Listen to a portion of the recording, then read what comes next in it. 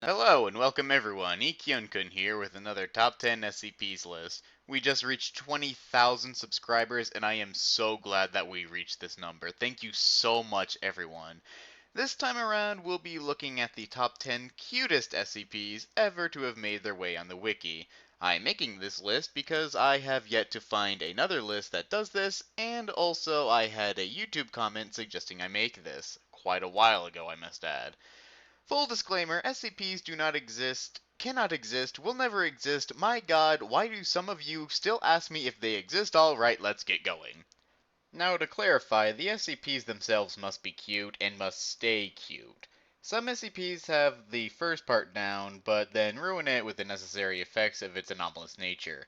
For example, SCP-1459, the Puppy Machine, is literally a claw machine filled with an infinitely spawning amount of cute puppies. However, it's impossible to retrieve any of them. In fact, the only interaction you can have with it is to kill the puppies in horribly gruesome fashions. That doesn't make me go, "Aw," it makes me feel bad for the poor puppers. With all that out of the way, let's get on to number 10.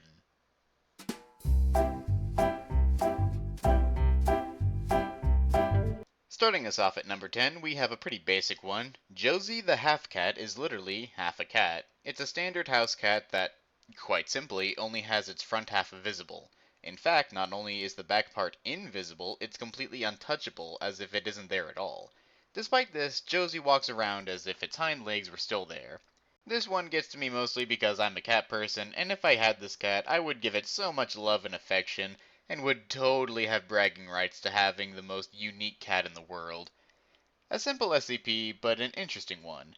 My only question is, if you picked it up, would it be half as heavy as a regular cat, or would it be about as equal?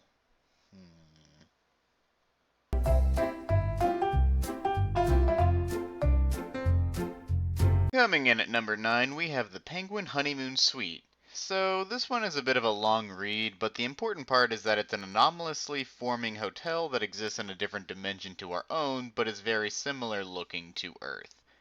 There are no humans, however, and if called, the self-proclaimed manager claims that the entire point of the hotel is for conservation of endangered or threatened penguins. As stated, the hotel is filled with about 300 penguins at any given time, typically incubating or feeding their young with seemingly limitless amount of fish that spawn inside SCP-2720. Okay, now even this very brief summary was pretty lengthy, so I'm just gonna cut to the chase and tell you that it's number 9 because I like to imagine a bunch of penguins all checking into a hotel and waddling around all day as a sort of vacation before the hotel manifests them at checkout time in their natural habitat. I also like to pretend they're wearing sun hats, sunglasses, and Hawaii shirts, but unfortunately this is not the case.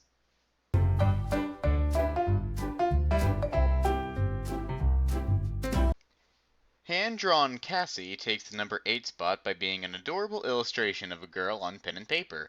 She is completely sentient despite being only an illustration and can communicate via sign language and written text. On top of just being a cute drawing, she can also interact with illustrations drawn on the paper she inhabits. She can also jump from paper to paper, so if you ever worry about her page getting too clustered, then you can always just give her a new sheet of paper to stay on. I also find her reaction to the impossible staircase amusing. She actually wants to interact with more impossible objects in the future due to her fascination with them. She's also interested in building a 1964 Ford Mustang convertible. Huh. I am not even joking about that. Go look it up.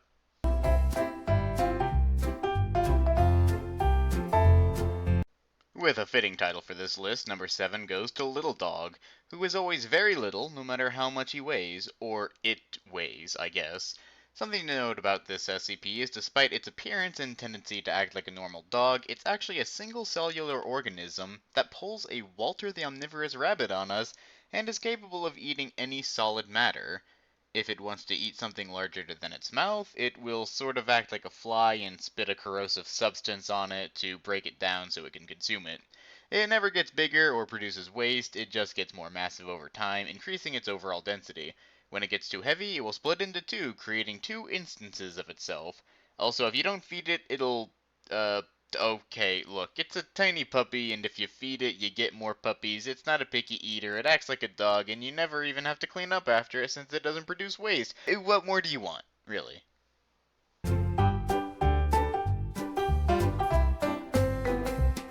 PesterBot, claiming the number 6 spot, is a sentient, somewhat crudely made robot that is capable of complex communication, in several languages no less. What makes this thing cute is its absolute desire to fight and kill every single creature that crosses its path, and its absolute inability to do so. One could argue that this is more funny than cute. I argue that it's both. You ever see a toddler think they can beat you at something even though in a serious setting they absolutely couldn't and you just think it's adorable? That's the kind of vibe I get from PesterBot. He's so confident in his ability to fight other life forms, and his self-made nicknames are interesting by themselves. He goes by Doombot 2000, Robo-Lord the Destructor, Prime Minister Sinister, Patheticon the Garglemost, and even his own SCP nickname PesterBot. What I find most amusing about him, though, is that he is incapable of damaging any life form. That means he couldn't even properly squash a bug, but he thinks he can take on the SCP Foundation in a round of fisticuffs. They even performed an experiment where he faced off versus a common houseplant. He spent several minutes attempting to battle it and sort of like tear its leaves and bend its stem and all that, and he incapacitated himself in doing so. This guy is just great. I want one.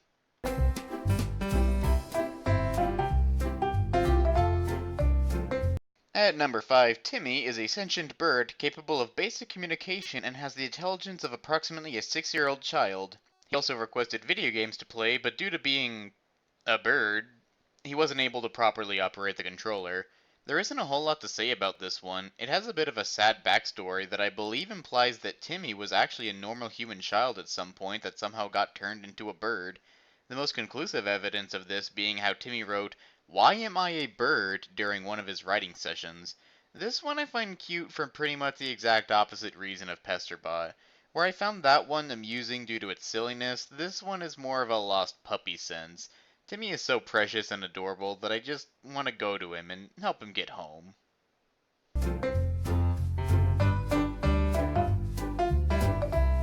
Number 4 is Terry the Pterodactyl, a small creature resembling a mixture between a bird and a bat. Terry, despite his small size, is actually a fully grown adult. He has a tendency to nibble fingertips and hair, but is otherwise completely harmless. This is a really short one, but I just had to include it, not only because the image on the wiki is cute, but because even the SCP staff members refer to it as being endearing and charming. And hey, wouldn't you like to keep it as a pet, or at the very least, couldn't you see at least one of your friends or family members loving it?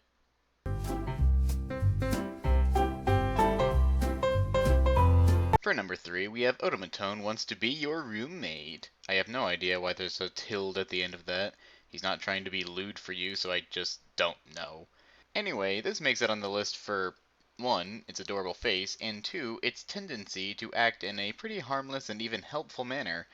So an automaton in real life is an instrument, and SCP-3338 can be used as one would expect it to be used. Aside from its anomalous manifestation, this doesn't seem like much so far. Here's where it gets interesting. When he manifests inside of a house, he comes with a note in his mouth reading that he just wants to be your roommate.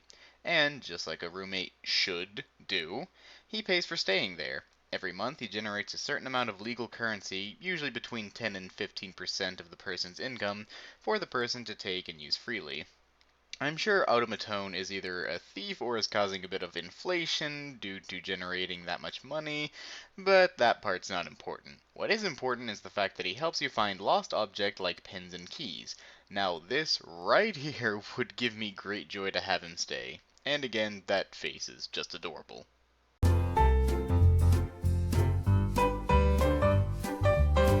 In the number 2 spot, we have the iPods. This is another SCP which is endeared by the staff members. In fact, its name was created by those who found themselves affectionate towards them. At first glance, they might come off as a bit creepy. I mean, look at them. They're round things with rounded, pointy heads and a single giant eye. However, just like people, looks aren't everything. First off, these things are actually pretty clumsy, which is inherently cute on its own. They have small wheels at their bottoms, which let them move surprisingly fast, however, they have no way of stopping themselves. They always have to stop by running into walls at very high speeds, resulting in spectacular crashes. They also can climb walls and frequently get lost in the air ducts at the Foundation. Another key factor about them is curiosity. They love watching the staff work and observing these safe SCPs. As an aside, they also communicate via babbling to one another. They also love bonding with humans and will do so at even the slightest sign of affection. They'll follow the person around and become interested in whatever they're doing. Also, much like how dogs warn humans of danger, the iPods will run around their bonded person's legs and begin babbling frantically if they sense they're in a dangerous situation. As a bonus, they also require no complex maintenance. They just want love and affection, and that's all I could ever ask for.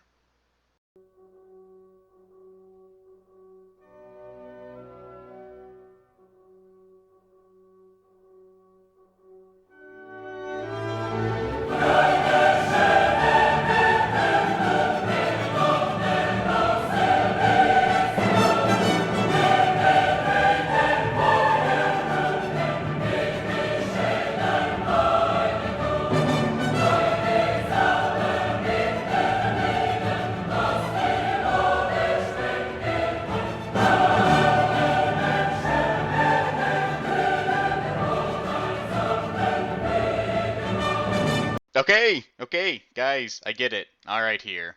At the number 1 spot, we have SCP-999, the Tickle Monster. Oh boy, if this guy isn't the definition of pure and innocent right here, I don't know what is. This guy makes Automaton look like a dirtbag. He makes the iPods look antisocial. He makes John Cena look like a bad person. 999 is seriously the cutest, most adorable orange blubbery blob that mankind could have ever fathomed. Now, if you're watching this, you're probably already well aware of him. Despite making no in-game appearances in Containment Breach, even as a passing mention, his popularity is on par with SCPs like 173, 096, 682, and 049, and for good reason. Being the most wholesome SCP by far, it really is no wonder. But on the off chance you don't know of him, let me verse you in his ways. The Tickle Monster is a 120-pound mass of orange blob which is easily malleable and can take on many shapes. At rest, he's about the size of a large beanbag chair. The Foundation refers to his behaviors as playful and dog-like, which gives you a pretty good visual already of what this guy is all about. I mean, the fact that his name is the Tickle Monster was probably a pretty good indicator by itself. When approached by a person, 999's initial reaction is to slither over to the person and tackle them in a hugging fashion while making gurgling and cooing noises. Outside of this being endearing on its own merits, 999's orange blobby substance causes minor euphoria when coming into contact with human skin, further enhancing the experience. The longer the contact with him, the stronger this feeling becomes, and will last for quite some time after ceasing contact. His favorite way to play is tickle wrestling, as his name might imply, where he wraps his body around the person and causes a tickling sensation all across them until the person asks them to stop, 999 often ignoring this request the first time around. His scent also changes depending on who is smelling him, likely to make the person even happier to be around him. It's typically pleasant smelling things like chocolate, roses, and even bacon. He's been known to accidentally cause minor injuries, however, but will always whimper as if apologizing for doing so. I'm not even done describing him, by the way. I'm about halfway there. Do you see why I call this guy the most wholesome SCP? It's like every single molecule of him is meant specifically and explicitly for human joy. He even goes out of his way to look for sad and depressed people to cheer them up. He often succeeds in doing so, with the affected subjects claiming to have a better outlook on life after coming into contact with him. He's like a living antidepressant. As if all that wasn't precious and cute enough, you know what this guy eats? Candy. He loves candy. That's all he'll eat, in fact. He loves M&Ms and Necco wafers especially, and eats them like an amoeba where he doesn't really eat it, he more so absorbs it into his gelatinous body. So, after that long speech, I hope we can all agree that 999 is in fact the cutest SCP of them all. You just can't dismiss how positive and playful he is, and he is the living embodiment of the word cute, and I will stand by that until the very end. Well, thank you all so much for making it to the end of the video. It means so much if you did. Don't forget to comment and subscribe if you want to see videos like this in the future. See y'all.